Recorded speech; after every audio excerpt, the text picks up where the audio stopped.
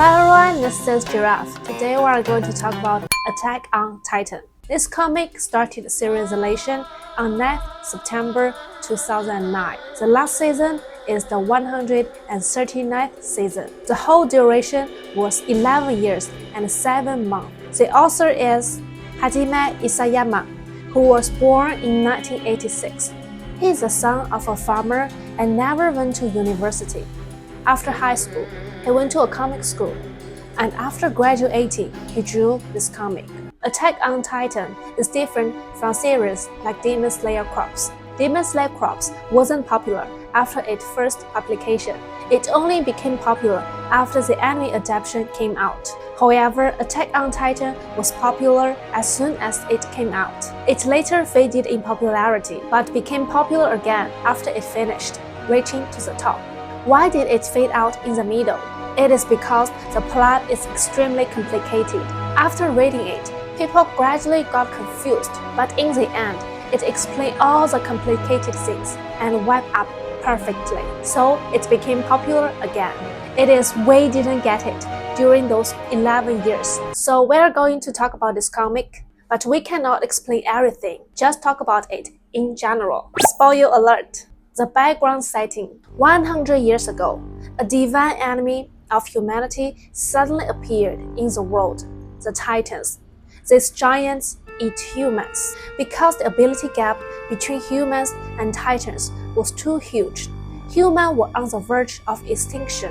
The last remaining humans built 3 concentric walls, each 50 meters high, to encircle themselves and resist the Titan attacks. The Titans seen before were about 3 to 15 meters tall, so the 50-meter high walls were able to block them. After enclosing themselves behind these high walls, humans successfully blocked the Titan attack. For over 100 years, no Titans were seen anymore. Inside the wall lies the last civilization of humanity, the last country. The current year is 845. It feels like the Middle Ages, but they already have firearms and cannons. However, they don't have more modern weapons. Besides the outermost wall, people also built 2 inner walls. So the structure of the city is a 3-ring structure. The outermost wall is the most dangerous because it is the closest to the outside. The people who live there are also at the bottom of society.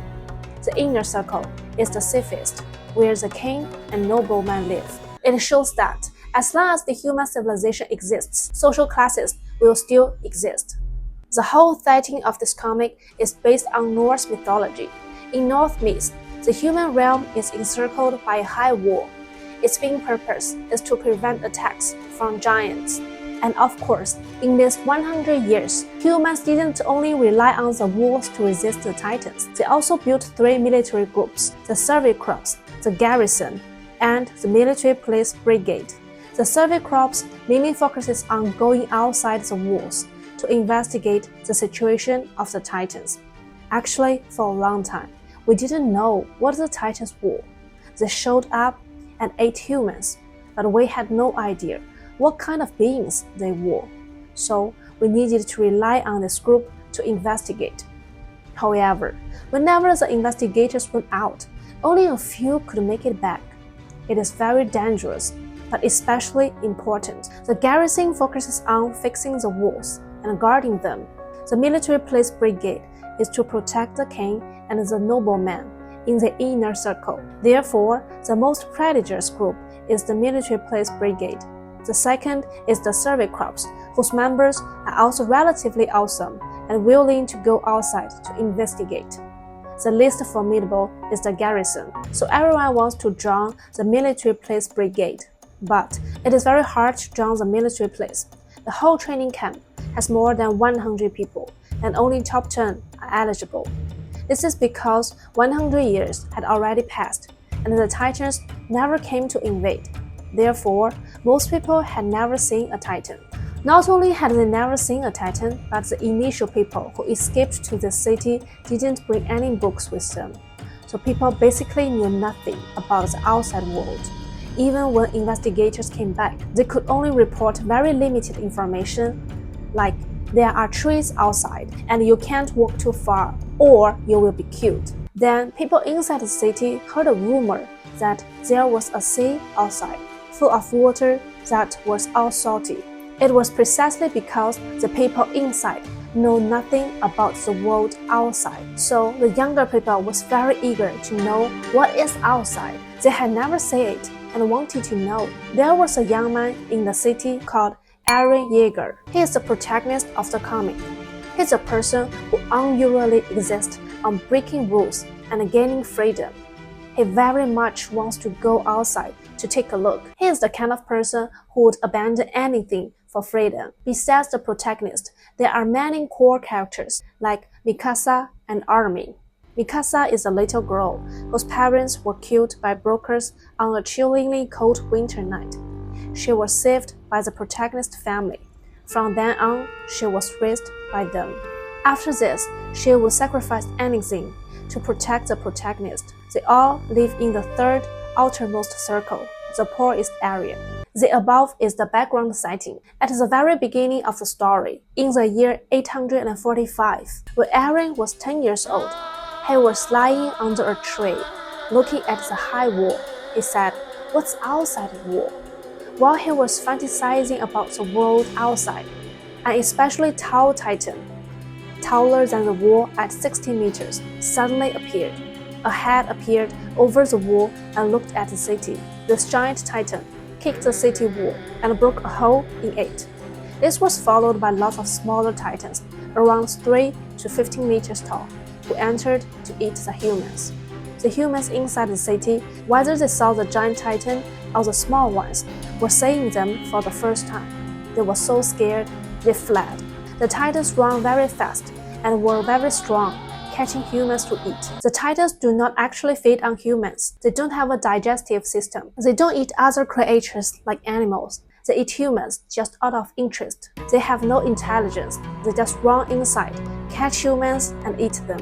In theory, they don't need to eat, which is how they could survive outside the walls for 100 years. While they were running away, a female-like titan caught the protagonist's mother and threw her to death in front of him. At that time, the protagonist's father was not at home. He was a doctor who had gone to the inner circle to work. When Eren's father was on his way home after the mother had already died, he was also utterly broken down. He gave Eren an injection and a key, saying, "When you get the chance, you must go back to the basement of our home. The secrets of the world are inside." After saying this, his father disappeared, and no one knew where he was from then on. This bears a major clue what's inside the basement. Thanks to the resistance of the garrison and the survey corps, the Titan attack was stopped at the third circle and did not advance further. Eren, who saw the Titan eat his mother, made a firm vow to eradicate all Titans. So when he was 12 years old, 2 years later, he joined the training camp. After 3 years of training, the 15-year-old Eren was trained to be an excellent soldier, ranking 5th among all the trainees. The top 10 graduates could enter the military police brigade, but because of his firm vow to kill all the Titans, he knew that joining the military police would give him no chance to fight. So he gave up that opportunity and joined the survey corps. Just as Eren graduated, the supergiant Titan appeared again. The Titan's second attack began. The survey corps group that Eren was assigned to, which was a new training group, went out to battle the Titans. The soldiers fought the Titans with blades and swords, as guns and cannons were ineffective. Even these weapons didn't work well on the Titans. When a Titan was hurt, it would heal quickly. Their only weakness is the spot on the back of the neck. To attack it, they had to use their blades. But the Titans are so tall. How do you cut the back of their neck? This introduces a crucial piece of equipment, the vertical maneuvering equipment. 2 boxes are strapped to their legs. These boxes can shoot out grappling hooks, which can anchor onto trees, walls, or even the Titans themselves. The equipment uses compressed gas. Once the gas is released, it allows the soldier to swing through the air, flying close to a Titan to find a chance to cut the nape of its neck. This is extremely dangerous because the Titans move very fast. If one catches you, you'll die. The protagonist was one of the top trainees in the camp. So, when facing a Titan, he should have been able to fight it. But sadly, before he could injure the Titan, the protagonist was eaten by one. Just as people were in despair, a strange Titan suddenly appeared. It started to fight against the other Titans and help the humans. So, by relying on this friendly Titan, humans managed to block the second Titan attack. They later discovered that the friendly Titan was actually the protagonist, Eren. He had transformed into a Titan to help the humans, but he had no consciousness. After changing into a Titan, he became very crazy and didn't know who he was. Later, he changed back into an ordinary person. At this point, some people may think it is very ridiculous. The protagonist can turn into a Titan. It doesn't make any sense. But the formidable aspect of this comic is right here. The seemingly illogical things eventually get a perfect explanation. The truth is uncovered little by little. However, the fact that the protagonist could turn into a Titan was not just illogical to us. The audience, the people inside the comic, were also shocked. Can we humans transform into Titans? What is going on? So they began to investigate. What is Eren? What on earth are the Titans? Eren himself had no answer, but he firmly believed he was human. Then later, some strange things occurred inside the city. Under the circumstances that the wall was intact and not broken, Titans appeared inside the wall. Through investigating these weird things, the Survey Corps discovered that actually all the Titans were humans who had been changed. After constant investigation, they found out that the 60-meter-tall supergiant Titan was one of their training camp graduates, someone who had trained with Eren. This person, Bertolt Hoover, knew he was the supergiant Titan, and the Titans that appeared inside the city were all transformed villagers. Later, the story becomes very complicated, with all kinds of subplots inserted. Eventually, Eren saw his father's memories, which uncovered half the truth of the world. So what is really happening? Actually, the story is that 100 years ago, a divine enemy of humanity appeared, chased humans into the lost city. There are no humans outside, and the humans inside can never go outside. Is a lie. The Titans did exist, but the claims that there are no humans outside, and the humans in the city are the lost humans are fake. The protagonist's father was a person from outside the city, and the people who trained with the protagonist who could change into the giant Titan were all from outside the city. How did they get in? During the first attack, these people changed into the huge Titan and kicked a hole in the wall. Then they shrank down, changed back into their human forms, and hid among the people inside. No one knew who these orphans were. In the poorest place, no one kept track. Why did they want to get into the city? This is also a mystery that is uncovered slowly. So, who created the lie that there are no humans outside and that the humans inside are the last? It was the king and the nobles of this country. From a very young age, humans were constantly educated. You are the last humans. You cannot go outside. There are Titans outside that will eat us. We should live here. What advantage did this give them? From this point, the comic transforms from a fantasy story into a chilling, scary novel. The current kingship is a puppet, controlled by a group of people. This group consists of nobles who are very inconspicuous, called the Jiraffe family. Actually, all the people inside the walls, including the Survey Corps, the military police, even the kings, are ordinary people, are all descendants of Titans. And they all have the potentials to transform into Titans under certain conditions. There is no difference between the Titans that attack them and themselves. Earlier, we talked about how Eren's father gave him an injection and a key, saying that the secrets of the world were in their basement. In order to understand what the world really is, and even though they now know they might be descendants of Titans, a bigger question arises. Why do they fight each other? Why did they attack us? To learn all the inside information, they had to attack and reclaim the third circle to get back to Eren's basement. So later, they launched a counterattack into the Titan-occupied territory, fought their way back to the basement, and finally learned the truth of the world. They saw pictures in the basement, in their Middle Ages-like era. They had never seen photographs. At first, they thought they were drawings, but later realized they were photos, a high technology. The world in the photos was already a relatively advanced world, like around the 20th century, much more advanced than their own. How could such a place exist? Then they found a world map. They began to understand that the third circle world they lived in was just an island in the whole world. This island is called Paradise Island. It is surrounded by the ocean, and across the ocean there is an especially giant landmass. On this land, there is a super powerful country called the Marley Empire, and that land is full of humans.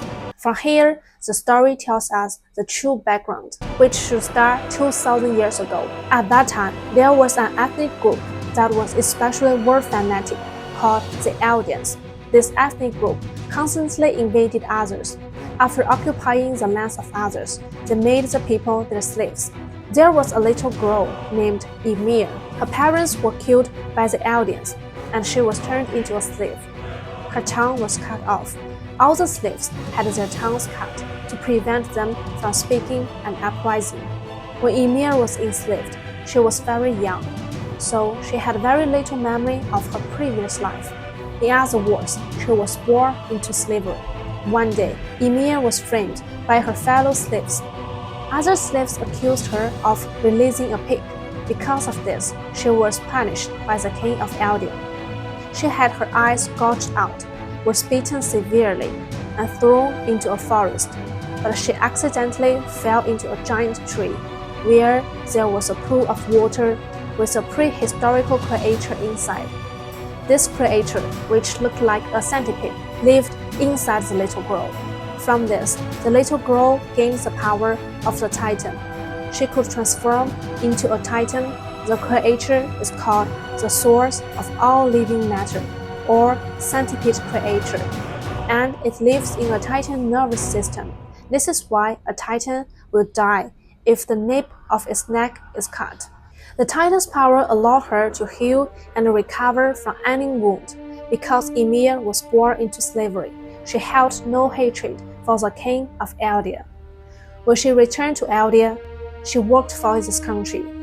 Because the power of the Titan was so overwhelmingly powerful, no other country could resist it. So soon later, this Eldian ethnic group became the first empire in the world, called the Eldian Empire, gaining countless treasures and land. The current king of Eldian was called Freeze. He had 3 children with Ymir. These 3 children are Maria, Rosette, Sina. These are the names of the 3 worlds they built. This little girl who gained the Titan power helped the Eldian Empire expand for 13 years. One day, King Freeze was assassinated, and Ymir blocked the sword for him. She was heavily injured, but saved the king. She had the Titan power and could have healed herself, but he chose to die. Why? Why did she choose to go back to the Eldian and work for the king? It wasn't only because she was born a slavery. It was because she had never reclaimed love from the moment she was born. By returning to the king, she felt for the first time that she was receiving love from him. It was the first time she felt she was a useful person and that someone valued her. The king had children with her, and she mistook this for love. The king's reason for having children with her, however, was simply to pass on the Titan power. He discovered that the ability of a Titan could not be initiated by Ymir herself, but could be inherited by her children. When Ymir was hurt and dying, she heard a sentence from the king, "My slave, Ymir." After hearing this, she understood. After all her years of contribution to the country, she was still just a slave and had never received true love. The king and Ymir's union was not because of love, but just for inheritance. She had his queen to love, or she had his concubines to love, but not Ymir. However, Ymir thought it was love, so she worked for the king. She didn't understand what love truly was. When she chose to die, the king began to panic because if she died, the Titan power would be lost, and the country could not remain stable. He forced his 3 daughters to eat Ymir's body. After they ate her, they discovered that her power had been passed down to them. However, it was divided into 3 portions, so each children got 1/3. Later, these 3 children were eaten by other people. In the end, the power was divided into 9 portions, becoming the 9 Titans. Each holder possessed 1/9 of Ymir's original power. Ymir was the most powerful one. She died 13 years after she gained the power of the Titan. Following this, all the humans who inherit the power of a Titan will die after 13 years. This is called the Curse of Ymir. Humans who gain one of the 9 Titan powers can only live for 13 years. These 9 Titans are different from the normal 3 to 15-meter Titans. The 3 to 15-meter Titans have no intelligence and are called pure Titans. In contrast, the 9 Titans remain their human minds. The 9 Titans are the Founding Titan, the Beast Titan, the Attack Titan, the Female Titan, the Armed Titan, the Draw Titan, the Colossus Titan, the Warhammer Titan, the Charge Titan. Their abilities vary. The most powerful and primary one is the Founding Titan. All Titans, except this 9 Titan, are ordinary pure Titan. So how do ordinary elderly people change into Titans? They are injected with Titan spinal fluid. After being injected with the spinal fluid of one of the 9 Titans, they will transform into a pure Titan when given a specific stimulus. What kind of stimulus? For example, if one of the 9 Titan shots, all humans injected with its spinal fluid will transform into pure Titan. The injection that the protagonist's father gave him was this Titan spinal fluid. The 9 Titans are not 9 fixed people. It is an ability, a form. The powers of 9 Titans can be combined into one person, or they can be separated. If a Titan shifter is eaten, the power is transferred, but there can be no more than 9 at any time. If you want to transform the power of one of the 9 Titans, the current holder must be eaten. Furthermore, when you eat the previous Titan shifter, you will also inherit their memories, what they experienced, what they saw, what they thought. You will know and possess all of their memories. This is a common characteristic of all 9 Titans. For thousands of years, the Elden Kingdom relied on the power of these 9 Titans to maintain its peace and dominance. All the subjects of the Elden Empire became descendants of Ymir, possessing the passive ability to be turned into Titans. Many years later, after these 9 Titans had made the Elden Empire strong, eternal conflict occurred. They were counterattacked by the nation of Marley, which they had previously conquered. Marley managed to gain control of 7 out of the 9 Titans. They achieved this mainly through brainwashing. It is because even though the power of the Titan is extremely strong, the shifter's inner hearts are like those of ordinary people, very fragile and susceptible to manipulation. After being counterattacked by Marley, the 145th king of the Elden Empire, Jiraffe, along with a portion of the Elden people, retreated to the present-day Paradise Island. The remaining Eldens who stayed on the mainland of Marley suffered severe persecution. The Eldens who retreated to Paradise Island used high walls to encircle themselves. And what is the essence of these high walls? They are Titans. Jiraffe used hundreds of thousands of colossal 60-meter tall Titans hardened together to form the 3 concentric walls. The Jiraffe was a person who truly did not want war, so he trapped his own power. It meant, my power is huge, but I do not want to hurt others. He also brainwashed all his subjects, telling them they were just ordinary people, and that they must never go outside. How could he brainwash his own subjects? It was because the King Freeze possessed the power of the Founding Titan. The first Titan among the 9 is called the Founding Titan. The power of the Founding Titan can only be fully utilized by those with royal blood. Only the royal family can unleash its full potential, and this power can control all other Titans. including all the subjects of Ymir. This control is not only over spiritual and physical, but also expands to genes and memory. So after he moved the people to this island, he used the founding titan's power to alter the memories of everyone, making them believe we are not titans. The outside world is full of titans. We must not go outside. The people believe this deeply. However, even though the king priest did not want war and trapped himself, the opposing nation Marley didn't say it that way. Marley believed that as long as the Eldian ethnic group people exist, they were a threat. So they organized the Eldian currently under their control, brainwashed them, and sent them to attack their own king on Paradise Island. This is the reason Titans were sent to attack the walls. Ares' father, Grisha, was also an Eldian and a Titan shifter. He belonged to a different group, a restorationist movement within Marley. In Marley, there was a group of Eldians who were not fully subdued and sought to counterattack Marley. Some Eldians were brainwashed to attack their own people, while others, like Grisha, resisted the brainwashing and wanted to attack Marley. To attack Marley, they needed the power of the founding titan. Essentially, they needed the power held by the royal family on Paradise Island to control all the titans and launch an attack. Grisha was a doctor who frequently went to the inner circle.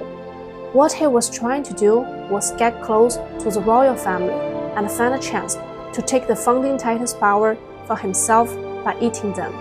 However, it would be useless for him to possess the founding titan because he himself was not of royal blood. He could not unleash its full power. So why did he eat the king? He did it so his own son Aaron could later eat him and inherit the founding titan power. He had two sons. One was the protagonist, Aaron, who was not a descendant of the royal family. He had another son from a previous wife back in Marley, who was of royal blood. His plan was this: he would take the founding titan's power from the Paradise royal family. Then he would return to Marley and have his royal-blooded son, Zeke, eat him. That son would then possess the power to fully use the founding titan and could control all titans to attack Marley. So while in Marley, he trained his son Zeke, telling him every day, "We are the next generation of titans. We are the superior ethnicity. We must attack Marley."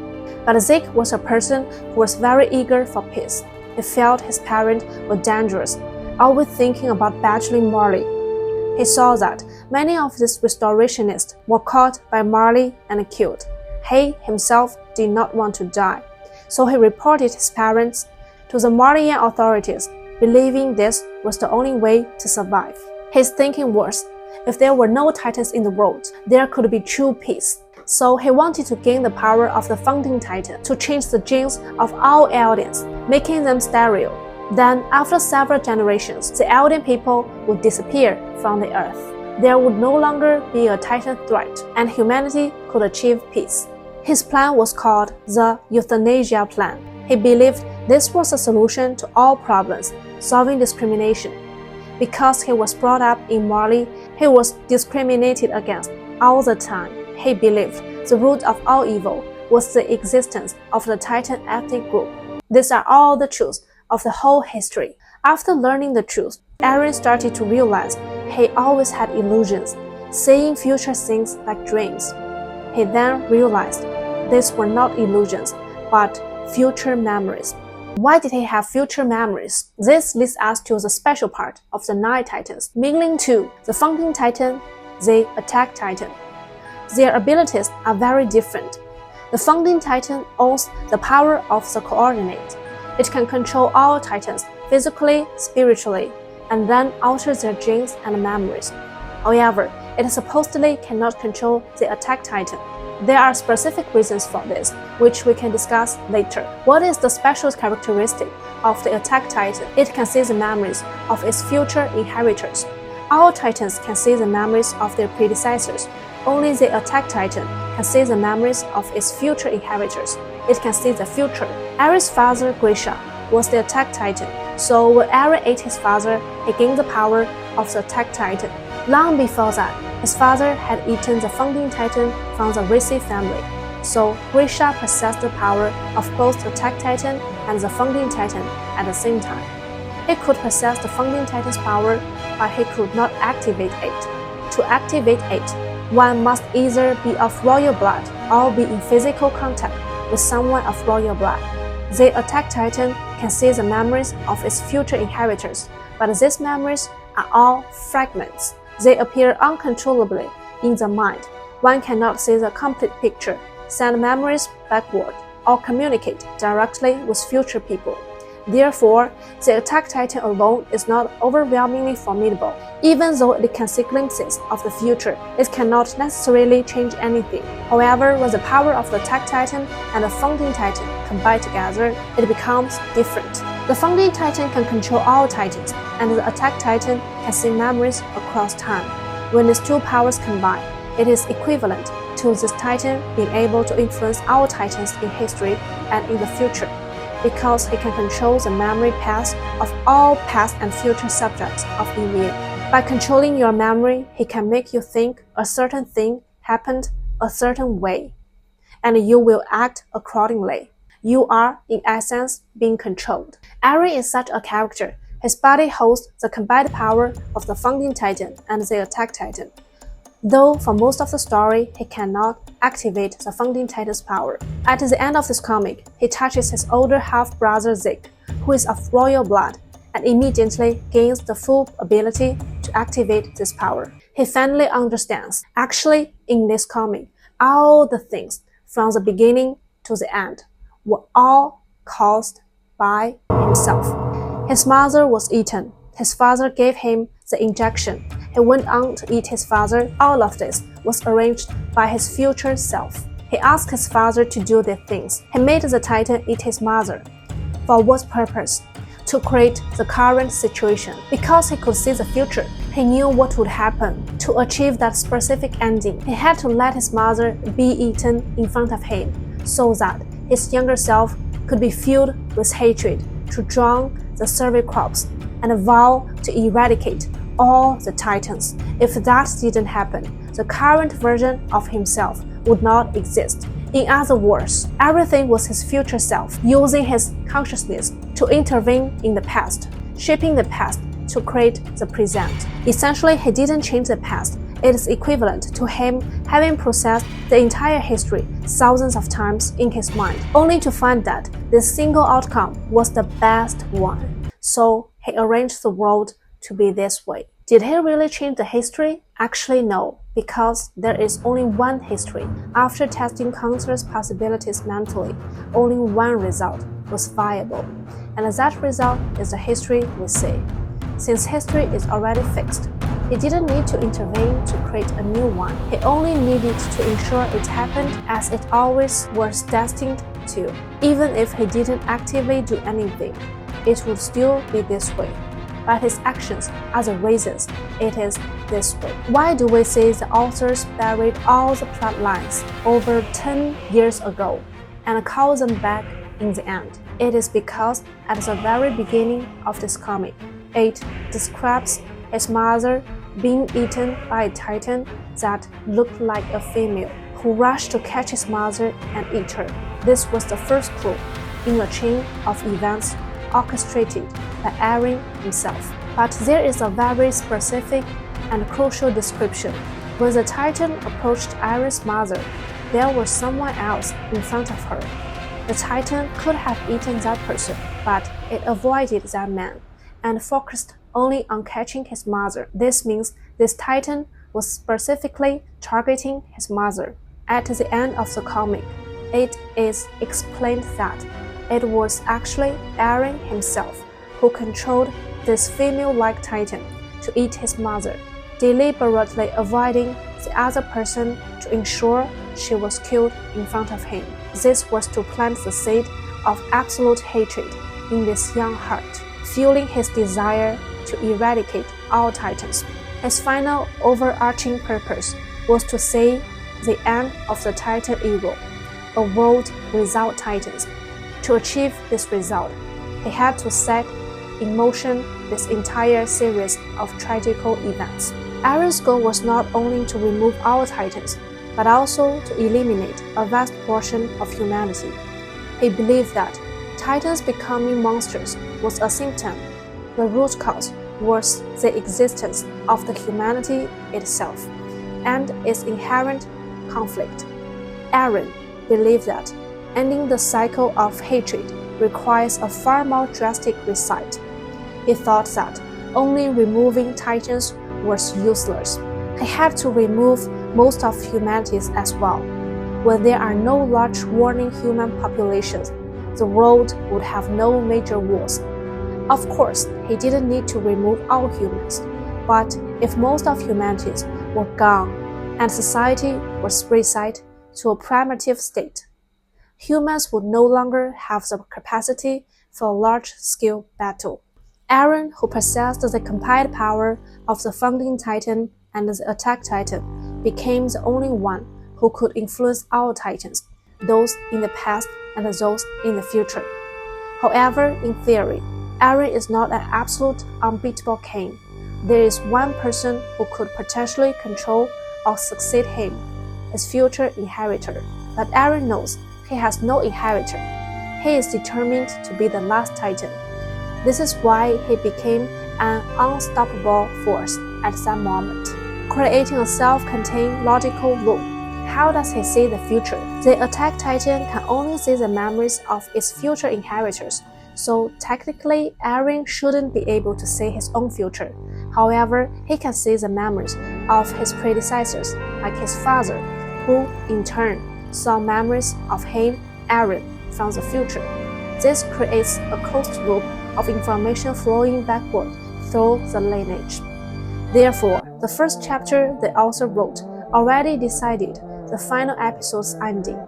All the plot threads circle back to the beginning. The goal was to eliminate all Titans, making the entire 11-year narrative a perfect tragic circle. The most formidable part of this comic is its immense attention to details and the masterful recovery of all its foreshadowing. For instance, why does this comic have 139 chapters?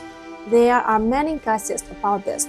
It is likely because it is mentioned that the 9 Titans have a 13-year lifespan, and 139 adds up 1 plus 3 plus 9 to 13. It is a direct callback to the 13-year curse. In other words, all the inner chaos and conflict among the Titans, for various reasons, is ultimately rooted in the curse from Ymir.